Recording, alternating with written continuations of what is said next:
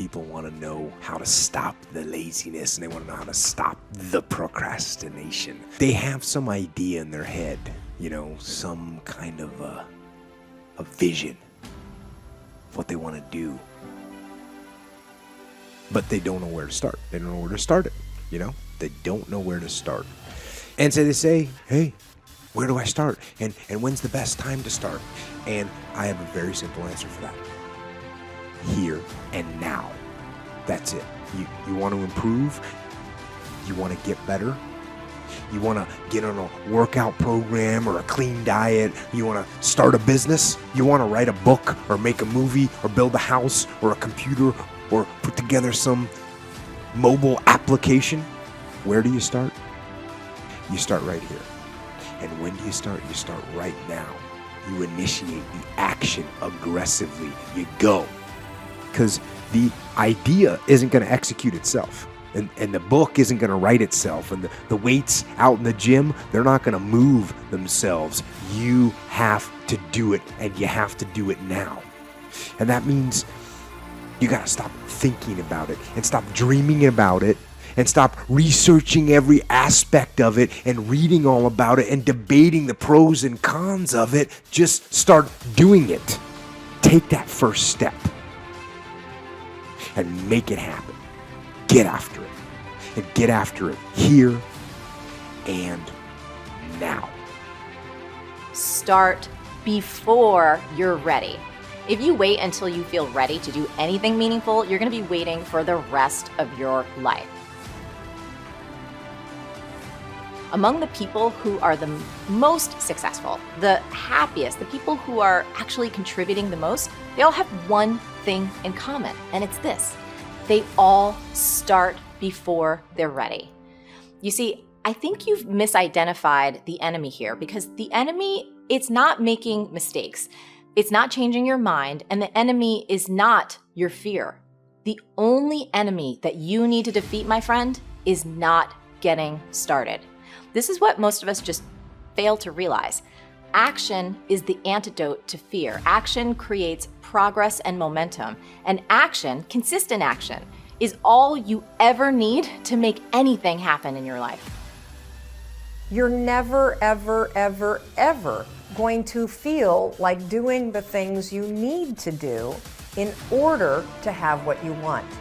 You're always going to need to push yourself. You're always going to need to parent yourself.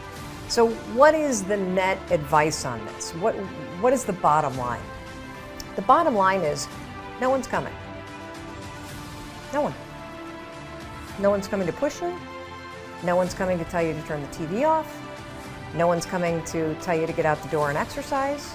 Nobody's coming to tell you to apply for that job that you've always dreamt about. Nobody's coming to write the business plan for you. It's up to you. And because you're only ever going to do the things that you feel like doing right now or that feel good right now, unless you understand that you've got to parent yourself, you got to push yourself, you're not going to make your dreams come true. You're just not. We're not wired that way. You weren't born that way, you weren't that way when you were growing up, and you're certainly not that way as an adult. And there's a tremendous amount of liberation that comes when you accept the fact that you're always going to need to give yourself a push.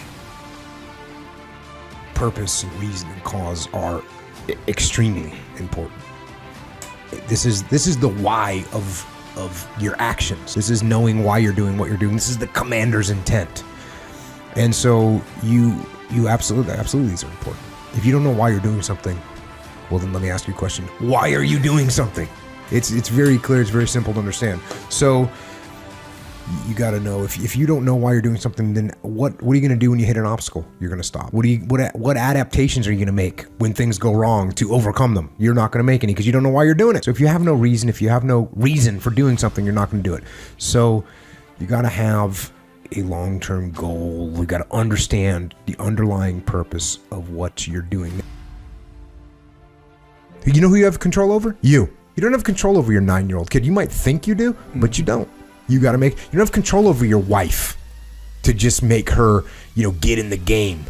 Oh, you want to stay on the program. You want to cook whatever 14 chicken breasts on a Sunday night, so you got 2 a day during the week.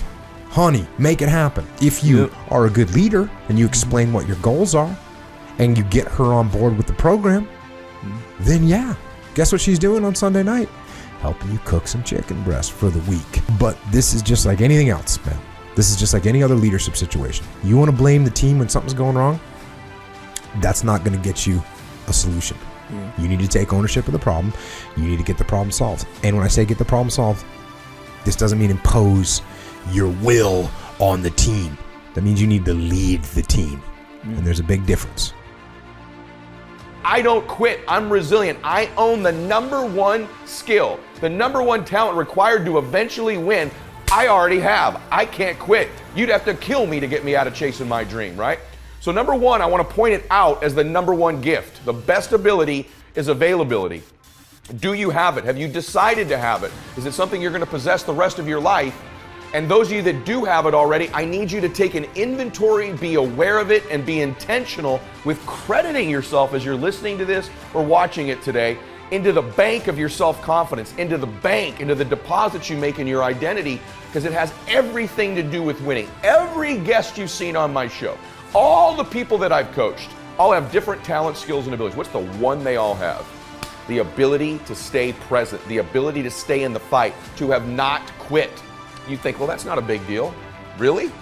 Because as I've been talking, millions of people made the decision to quit on their dream, just as I've been talking to you. The rest of the day, millions more will. Tomorrow, millions more. Every day, literally millions of people quit on one of their dreams, their dream relationship, their dream business, their dream body. So quitting has become the number one habit in the world by people that end up losing. And I'm telling you, it happens every day, every second, everywhere. Just the fact that while I've been speaking, you're still after your dream, you're ahead of them. You don't give yourself enough credit, because eventually what I found, it looks like winning's this huge competition. But every day, every week, every year, every decade as time goes by, you're gonna find that you're competing with a smaller and smaller and smaller group of people for your dream, because so many of them will just quit. And by the way, many of them that quit will possess talents, maybe even gifts you don't have. Their incredible ability with people, their incredible strength, their incredible brain, and they'll quit with all this giftedness, but you got the talent.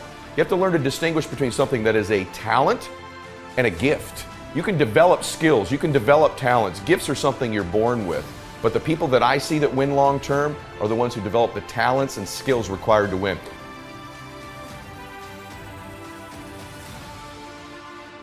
You know what I had? I had the ability to keep hitting the piñata in my life, to stick around long enough. And by the way, when you eventually win, it's not just you that gets all the candy, that gets all the victory, that gets all the money. Lots of people around you, many of which who you were hurting originally with that bat, many of them who were trying to talk you out of it, they get to celebrate in the candy too. My prayer for you is that you begin to think about this analogy. The piñata of your life, the piñata of your business, the piñata of your body. As you're swinging away, I'm here to tell you, even though it doesn't feel like it, you're getting closer to the candy. And if you can add more people to celebrate, it's okay that you feel disoriented. It's okay that it feels blinding and you don't know exactly what direction to go. Just like these precious babies with the piñata. It's okay that you miss it once in a while. It's okay that you get tired once in a while. But as long as you keep after it and you keep pounding away that compound effort of your pounding, I can promise you there's candy someday. And everybody around you will jump on it and celebrate. That's my wish for you today as you listen to me. Of all the skills I'm going to teach you, that I've taught you, and if you've not listened to my other shows, I teach you about listening, transfer energy, how to close, how to change your identity, how to live blissfully dissatisfied, how to unlock your success code, all of the very detailed things I teach. Today is the most important thing, is that as you learn all these skills, it'll help you with the blindness. Every single skill you learn, you'll see clearer and clearer and clearer. But if you don't develop the talent, the number one skill in the world, which is to keep hitting the piñata and to stick around until the candy comes out, because here's the deal. Someone's gonna get the candy in life. There's always candy in life. That piñata eventually always breaks down. Do you want to be the person who was there in the beginning, hitting as hard as you could and sacrifice it and maybe hurting the people around you and never get the candy?